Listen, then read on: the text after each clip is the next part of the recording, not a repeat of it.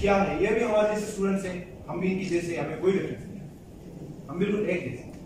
لیکن کیا گیا کہ ہم نے مدارس سے ان سے دور اٹھ کیے کہ وہ بھی نہیں پتا کہ مدرسے میں پڑھا کیا جاتا, ہمیں یہ بھی نہیں پتا کہ کتنے درجے ہوتے ہیں, کون کون سی کتابیں ہوتی ہیں مدرسے میں, وہ بھی یہی علم ہوتا ہے جو ہم اسکول میں سیکھیں گے. لیکن ہمیں انگریزی سکھا رہے ہیں اور آپ کو علماء سکھا رہے ہیں. ہمیں تو کوئی اور ڈفرینس نہیں, کوئی اور مختلف بات ہمیں نہیں ہے. اور جیسے ہم دیکھیں تو آج کل کی جو جنریشن ہے وہ مدرسے سے بہت دور ہے. اگر دیکھیں تو کسی کو اگر ہم پوچھیں کسی 5واں کلمہ بھی نہیں آتا ہوگا. کیوں؟ کیونکہ وہ دور گئے مدرسے. اگر ہم کریں کہ مدرسے کے اسٹوڈنٹ کو اور اسکول کے اسٹوڈنٹ ایک جگہ بٹھائیں اور ان کو ایک ساتھ تعلیم دے, اگر اسکول میں تم انٹرمیڈیٹ کے 2 سیکھ کر رہے ہو, 10 کلاس میں تم پڑھ رہے ہو, تمہیں دنیائی تعلیم بھی سیکھنا چاہیے, تمہیں قرآن بھی سیکھنا چاہیے, ترجمے کے ساتھ, تفسیر کے ساتھ, تمہیں یہ بھی سیکھنا چاہیے. جب تم گریجویٹ ہو جاؤ, تمہیں پھر سی سے تم نکلو, پھر تمہاری مرضی, انجینئرنگ کے سائڈ پہ جاؤ, میڈیکل پہ جاؤ, یا تم مدارس کی طرف جاؤ. تو ہمیں یہ باتیں بھی توجہ رکھنی چاہیے. ہمیں بس اتنا شکریہ.